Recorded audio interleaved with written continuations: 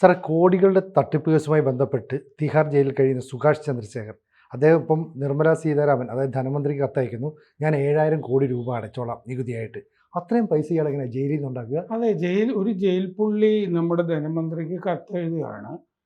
എനിക്ക് ഇത്ര വരുമാനമുണ്ട്, 7000 കോടി രൂപ ഞാൻ നികുതി അടയ്ക്കാമെന്ന് പറഞ്ഞു. ഇയാൾ പറഞ്ഞിരിക്കുന്നത് എന്താണെന്ന് വെച്ചാൽ, ഇയാൾ ജയിലിൽ കിടന്ന് പുറത്ത് കച്ചവടം ചെയ്തിട്ട് 22,410 കോടി രൂപ ഇയാൾക്ക് കഴിഞ്ഞ സാമ്പത്തിക വർഷം 2024-25 സാമ്പത്തിക വർഷത്തിൽ 22,410 കോടി രൂപ ഇയാൾക്ക് വരുമാനം ഉണ്ടായിട്ടുണ്ട്. ഇയാള് ഇന്ത്യൻ പൗരനാണല്ലോ, ഇന്ത്യയിൽ ജയിലിൽ കിടക്കുകയും ചെയ്യുകയാണല്ലോ. 7000 കോടി രൂപ അപ്പോൾ നികുതി അടയ്ക്കാൻ ബാധ്യസ്ഥനാണല്ലോ, അത് ഞാൻ അടയ്ക്കാം എന്ന് പറഞ്ഞാണ് കത്ത്. അപ്പോൾ ഇയാൾ പറയുന്നത് കത്തിൽ നെവാദ ബ്രിട്ടീഷ് വിർജിൻ ഐലൻഡ്സ് അവിടെയാണ് ഇയാൾക്ക് കമ്പനികളുള്ളത്. അതിൻ്റെ വരുമാനം $2.70 ബില്യൺ ആയിരുന്നു. 200 കോടി രൂപയുടെ കള്ളപ്പണ ഇടപാടുകൾ നടത്തിയതിൻ്റെ പേരിലാണ് ഇയാളെ പിടിച്ച് 2015 തിഹാർ ജയിലിൽ ഇട്ടിരിക്കുന്നത്. പക്ഷെ ഇയാൾ പറയുന്നത് 7640 കോടി രൂപ നികുതി അടയ്ക്കാമെന്നാണ് ഇതിൻ്റെ. ഇയാൾ 2015 മുതൽ ജയിലിലാണെങ്കിലും 2016 തുടങ്ങിയ കമ്പനികളുടെ വരുമാനമാണ് ഇയാൾ ഈ പറയുന്നത്. LS holidays international, speed gaming corporation, ഈ കമ്പനികളാണ് നെവാദയിലും ബ്രിട്ടീഷ് വിർജിൻ ഐലൻഡ്സിലും ഇയാൾക്കുള്ളതെന്നാണ് ഇയാൾ പറയുന്നത്. 2016 മുതൽ ഓൺലൈൻ ഓഫ്ലൈൻ ഗെയിമിംഗ് ഇല്ലേ, ഗെയിമിങ്, ബെറ്റിംഗ്, വാതുവയ്പ്, ക്രിക്കറ്റിലൊക്കെ ഇല്ലേ, ഇങ്ങനത്തെ പരിപാടികളൊക്കെ 2016 മുതൽ ചെയ്യുന്ന കമ്പനികളാണ് ഇയാളുടേത്. ഇയാൾക്ക് ഈ വക പരിപാടികളെ പറ്റുള്ളൂ കേട്ടോ. ചാൾസ് ശോഭരാജ് ഇയാൾക്ക് ശിക്ഷപ്പെടേണ്ട വിധത്തിലുള്ള കൊള്ളക്കാരനാണ് ഇയാള്. ഈ ലീന മരിയ പോൾ മോഹൻലാലിന്റെ റെഡ് ചില്ലീസ് എന്നൊക്കെ പറഞ്ഞ സിനിമയിലൊക്കെ അഭിനയിച്ചിട്ടുണ്ട്. മറ്റേ കടവന്ത്രയിലൊരു ബ്യൂട്ടി പാർലർ വെടിവെപ്പ് രവി പൂജാരിയെ കഴിഞ്ഞ കൊല്ലം മറ്റോ പിടിച്ച് ഇങ്ങോട്ട് കൊണ്ടുവരികയൊക്കെ ചെയ്തിരുന്നു. രവി പൂജാരി അവിടെ വെടിവെപ്പ് ചില ആളുകളൊക്കെ അറേഞ്ച് ചെയ്ത് നടത്തിച്ചിരുന്നു. അപ്പൊ ആ ലീന മരിയ പോളിന്റെ ഭർത്താവാണ് ഇയാള്. ലീന മരിയ പോള് മലയാളിയാണ്. അവര് ഈ ഡെന്റൽ സർജൻ ആകാൻ വേണ്ടി ബാംഗ്ലൂരിൽ പഠിക്കാൻ പോയതാണ് ലീന മരിയ പോൾ. അപ്പോൾ America, Spain, Britain, Dubai, Hong Kong ഇവിടെയൊക്കെ ഇയാൾക്ക് ഈ പരിപാടി ഗെയിമിങ്, ബെറ്റിംഗ് ഒക്കെ ഉണ്ടെന്നാണ് ഇയാൾ ഈ പറയുന്നത്. അപ്പോൾ അതുകൊണ്ട് ഈ പെൻഡിങ് ആയിട്ടുള്ള IT,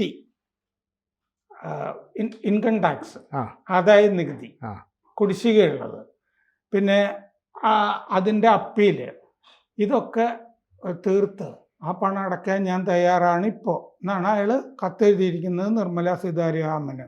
7640 കോടി രൂപ ഞാൻ അടയ്ക്കാം, എനിക്ക് 22,410 കോടി രൂപ കഴിഞ്ഞ സാമ്പത്തിക വർഷം കിട്ടിയിട്ടുണ്ട്. ഇയാൾ ഈ എക്സ്റ്റോർഷൻ റാക്കറ്റ് നടത്തിയിരുന്ന ആളാണെന്ന് പറഞ്ഞാൽ പിടിച്ചു പറയും, ആളുകളെ പേടിപ്പിച്ച് പല കേസിലൊക്കെ പെട്ട ആളുകളെയൊക്കെ പലതരത്തിൽ പേടിപ്പിച്ചുമൊക്കെ ചൂഷണം ചെയ്ത് പൈസ ഉണ്ടാക്കുക, കൊന്നുകളയെന്ന് പറഞ്ഞ് ഭീഷണിപ്പെടുത്തുക. ഇങ്ങനെയൊക്കെയാണല്ലോ ദാവൂദ് ഇബ്രാഹിമും ചോട്ടാ ഷക്കീലും ഒക്കെ ഈ ബോളിവുഡ് നിർമ്മാതാക്കളെയൊക്കെ പേടിപ്പിച്ചിട്ട് ഒക്കെയാണ് ഈ പൈസ ഫോൺ ചെയ്യുക, ഇന്നടുത്ത് പൈസ കൊണ്ടുവന്നില്ല തട്ടിക്കളയെന്ന് പറയുന്ന പരിപാടി. ഇയാള് ചെയ്തിരിക്കുന്നത് എന്താണെന്ന് വെച്ചാൽ രാഷ്ട്രീയക്കാര്, വലിയ രാഷ്ട്രീയ നേതാക്കള്, പിന്നെ വലിയ ബിസിനസ്സുകാർ, ഇവരെയൊക്കെ പേടിപ്പിച്ച് പൈസ ഉണ്ടാക്കിയിട്ടുണ്ട്. 100 കോടി രൂപ 200 കോടി രൂപ ഒക്കെ ഇയാൾ ഉണ്ടാക്കിയിട്ടുണ്ട്. ഉദാഹരണത്തിന് ഈ റാൻബാക്സി എന്ന് പറഞ്ഞ വലിയ മരുന്ന് കമ്പനി ഉണ്ടല്ലോ, റാൻബാക്സി. ഈ റാൻബാക്സിയുടെ പ്രൊമോട്ടേഴ്സ് ശിവീന്ദർ സിംഗും മൽവീന്ദർ സിംഗും ജയിലിലായി. അവര് ജയിലിലായി കഴിഞ്ഞപ്പോൾ അവർ തട്ടിപ്പൊക്കെ നടത്തി, ഇൻസൈഡർ ട്രേഡ് നടത്തി, ഓഹരി തട്ടിപ്പ് നടത്തി എന്നൊക്കെ പറഞ്ഞാണ് ജയിലിൽ പിടിച്ചിട്ടിരിക്കുന്നത്. അപ്പോൾ അവരുടെ ഭാര്യമാര് അതിഥി സിംഗ്, ജപ്ന സിംഗ്, ഈ ഭാര്യമാരോട് പറഞ്ഞു, ഈ ജയിലിൽ കിടക്കുന്ന ഇവരെ ഞങ്ങൾ പുറത്താക്കി കൊണ്ടുവരാം, ഞങ്ങൾ ഇന്ന ആളോട് സംസാരിക്കാം, രാഷ്ട്രീയ നേതാവിനോട്, ഇടനിലക്കാര്, ഏജന്റ് എന്നൊക്കെയുള്ള നിലയ്ക്ക്. എന്നിട്ട് ഇവരുടെ കയ്യിൽ നിന്ന് 200 കോടി രൂപ ഈ അതിഥി സിംഗിൻ്റെ കയ്യിൽ നിന്ന് തട്ടിച്ച് മേടിച്ചു എന്ന് പറഞ്ഞിട്ടൊരു കേസുണ്ട്. ഈ അതിഥി സിംഗ് ആണെങ്കിൽ ഫോർട്ടിസ് ഹെൽത്ത് കെയർ അതിൻ്റെ ഉടമയുമായിരുന്നു അവരുടെ ഭർത്താവ് ശിവീന്ദർ സിംഗ്. ഈ റാൻ ബാക്സിക്ക് പുറമെ അവരുടെ കയ്യിൽ നിന്ന് 200 കോടി രൂപയാണ് തട്ടിച്ചത് ഇയാൾ ഗംഭീരമായിട്ട് ഈ ഇംഗ്ലീഷ് സംസാരിക്കുന്ന ഒരാളാണ്. ആ ആക്സെൻറ്റിലൊക്കെ പെട്ടെന്ന് ആളുകളെ കയ്യിലെടുക്കാനുള്ള ബിരുദ് അയാൾക്കുണ്ട്. അപ്പോൾ ഈ കൂട്ടത്തിൽ ആണ് ഈ ലീന മരിയ പോൾ ഒക്കെ പെട്ടത്. ലീന മരിയ പോളിനെയും ഒക്കെ ഈ കേസിൽ പിടിക്കുമ്പോൾ അവർക്ക് 6 ആഡംബര കാറുകളൊക്കെ ഉണ്ടായിരുന്നു. ഏറ്റവും വലിയ കാറുകൾ, മുന്തിയ കാറുകൾ. എൻ്റെ ഓർമ്മ ഹരിയാന ഭാഗത്ത് ഇവർക്ക് ഫാം ഹൗസ് ഒക്കെ ഉണ്ടായിരുന്നു. ആ ഫാം ഹൗസിൻ്റെ ചിത്രമൊക്കെ കണ്ടതായിട്ട് ഞാൻ ഓർക്കുന്നുണ്ട്. ആ ഫാം ഹൗസിൽ ഈ ആഡംബര കാറുകൾ പാർക്ക് ചെയ്തിരുന്നതും ഒക്കെ ആ ഭാഗത്തെ ഫാം ഹൗസിലും ഒക്കെ. ജീവിച്ചിരുന്നതൊക്കെ മുംബൈയിലാണ്. ആ കുറെ കാലം ഡൽഹിയിലും ഒക്കെ ജീവിച്ചിരുന്നു. ജാക്വലിൻ ഫെർണാണ്ടസ് എന്ന് പറഞ്ഞിട്ടൊരു ഹിന്ദി നടിയുണ്ട്, ശ്രീലങ്കക്കാരി. ഇവര് ഇയാളുമായിട്ട് ബന്ധം ഉണ്ടായിരുന്നതാണ്. അവർക്ക് ഒരുപാട് സമ്മാനങ്ങൾ ഗിഫ്റ്റ് ഇയാൾ കൊടുത്തായിട്ടൊക്കെ വേറെ കേസുണ്ട്. ഈ മദ്രാസ് കഫേ എന്ന് പറഞ്ഞിട്ടൊരു സിനിമ, അതിൽ അഭിനയിച്ചിരുന്ന ആളാണ് ഈ ലീന മരിയ പോള്. ഒരു തമിഴ് ഈ വിമത പോരാളിയായിട്ടാണ് അതിൽ വേഷം ഉണ്ടായിരുന്നത്. പിന്നെ Red Chillies Mohanlal cinema, Husbands in Goa മലയാള പടം, കോബ്ര, ബിരിയാണി, ഇങ്ങനത്തെ സിനിമയിലൊക്കെ അഭിനയിച്ചിരുന്നു. ഈ TTV ദിനകരൻ എന്ന് പറഞ്ഞിരുത്തുണ്ടല്ലോ, തമിഴ്നാട്ടില് ഈ ശശികലയുടെ വലങ്കൈ ആയിട്ടൊക്കെ പ്രവർത്തിച്ചിരുന്ന, ജയലളിതയുടെ തോഴി ശശികലയുടെ വലങ്കയായിട്ട് TTV ദിനകരൻ. കഴിഞ്ഞ നിയമസഭാ തെരഞ്ഞെടുപ്പ് കാലത്തും മധുരയൊക്കെ ആസ്ഥാനമായിട്ടൊക്കെ എന്തൊക്കെയൊക്കെ ഇയാൾ ചെയ്തിരുന്നു, സ്വന്തമായ രാഷ്ട്രീയ പാർട്ടിയൊക്കെ ഉണ്ടായിട്ട്. അപ്പോൾ ശശികലയുടെ അണ്ണാ DMKക്ക് അവരുടെ ചിഹ്നം 2 ഇല കിട്ടാൻ വേണ്ടി ഈ TTV ദിനകരൻ ഇടനില നിന്നിട്ട് ഇയാൾ ഈ 2 ഇല മേടിച്ചു കൊടുക്കാമെന്ന് സുഭാഷ് ചന്ദ്രശേഖർ പറഞ്ഞ് ശശികലയും TTV ദിനകരനെയും കുപ്പിയിലിറക്കി. അങ്ങനൊരു കേസുണ്ട്. എന്നിട്ട് അവരുടെ കയ്യിൽ നിന്ന് 50 കോടി മേടിച്ചു. ശശികല ലോക തട്ടിപ്പാണ്. അവരുടെ കയ്യിൽ നിന്ന് 50 കോടി മേടിക്കുക എന്ന് പറഞ്ഞാൽ മേടിച്ചിട്ട് ഈ ഇലക്ഷൻ കമ്മീഷനിൽ ഒരാൾക്ക് കോഴ കൊടുക്കാനാണ്. പക്ഷെ ഇത് പ്രശ്നം വന്നത് എന്താണെന്ന് വെച്ചാൽ ഇലക്ഷൻ കമ്മീഷന്റെ ആളുകളിന് കോഴ കൊടുക്കാൻ പോയപ്പോൾ അയാളാണ് ഇതിങ്ങനെ ഒരാൾ വന്നിരുന്നു എന്ന് പറഞ്ഞിട്ട് ഇയാളെ പിടിച്ചു കൊടുക്കുന്നത്. അപ്പോൾ അങ്ങനെയാണ് ആ കേസിൽപ്പെട്ടത്. 2013 ഈ ചെന്നൈ അമ്പട്ടൂരിലെ കാനറ ബാങ്ക് ബ്രാഞ്ചിൽ നിന്ന് 19 കോടി രൂപ ഇയാൾ വെട്ടിച്ച് വേറൊരു കേസുണ്ട്. സുഭാഷും ഈ ലീന മരിയ പോളും കൂടി. പിന്നെ ആ സമയത്ത് ലീനയെ പിടിച്ചു കഴിഞ്ഞപ്പോൾ ആ ബാങ്ക് കേസിൽ 9 കാറുണ്ടായിരുന്നു അവർക്ക്, ആഡംബര കാർ. അന്ന് 81 വാച്ചുകൾ ഉണ്ടായിരുന്നു, ആഡംബര വാച്ചുകൾ. മുമ്പ് ഈ തമിഴ്നാട് മുഖ്യമന്ത്രി ജയലളിതയുടെ പേരക്കുട്ടി എന്നുള്ള വ്യാജേന ഇയാള് സുഭാഷ് ചന്ദ്രശേഖർ പല സ്ഥലത്തും അങ്ങനെയാണ് ബാങ്കിനെയൊക്കെ പറ്റിച്ചത്. തമിഴ്നാട്, കർണാടക, ആന്ധ്ര ഈ സംസ്ഥാനങ്ങളിലൊക്കെ 15 കോടി രൂപയുടെയൊക്കെ ചില്ലറ തട്ടിപ്പുകൾക്കൊന്നും അയാൾ നിൽക്കില്ല. ഒരു മിനിമം 10 കോടി 15 കോടി ഒക്കെ വേണം. 2015 മുംബൈയിൽ നിന്നാണ് ഇവരെ പിടിച്ചത് 10 കോടി രൂപയുടെ ഒരു തട്ടിപ്പ് കേസിൽ. പിന്നെ അത് എന്താന്ന് വെച്ച് കഴിഞ്ഞാൽ 5000 മുതൽ 5 ലക്ഷം വരെ, 5000 രൂപ മുതൽ 5 ലക്ഷം രൂപ വരെ നിക്ഷേപിച്ചാൽ 20% ലാഭം കൊടുക്കാം എന്ന് പറഞ്ഞൊരു തട്ടിപ്പുമായി ബന്ധപ്പെട്ടാണ് മുംബൈയിൽ നിന്ന് പിടിച്ചത്. കടവന്ത്രയിൽ ലീന മരിയ പോളിന് ബ്യൂട്ടി പാർലർ ഉണ്ടായിരുന്നു, ആ പനമ്പള്ളി നഗറിൻ്റെ അടുത്ത്. അപ്പോൾ അതാണ് 2018 ഡിസംബറിൽ ആ ബ്യൂട്ടി പാർലറിന് നേരെ വെടിവെപ്പ് നടന്നത്. ഒരു രാവിലെയാണെന്നാണ് എൻ്റെ ഓർമ്മ. അത് TV-യിലൊക്കെ അത് സ്ക്രോൾ ചെയ്ത് വരാൻ തുടങ്ങിയതൊക്കെ രാവിലെയാണെന്നാണ് ഓർമ്മ. അതാണ് ഇവരെ വകവരുത്താനായിട്ട് രവി പൂജാരി. അപ്പോൾ രവി പൂജാരി അങ്ങനെ ചെയ്യണമെന്നുണ്ടെങ്കിൽ രവി പൂജാരിക്ക് വേറെ ആരോ കൊട്ടേഷൻ കൊടുത്താണല്ലോ.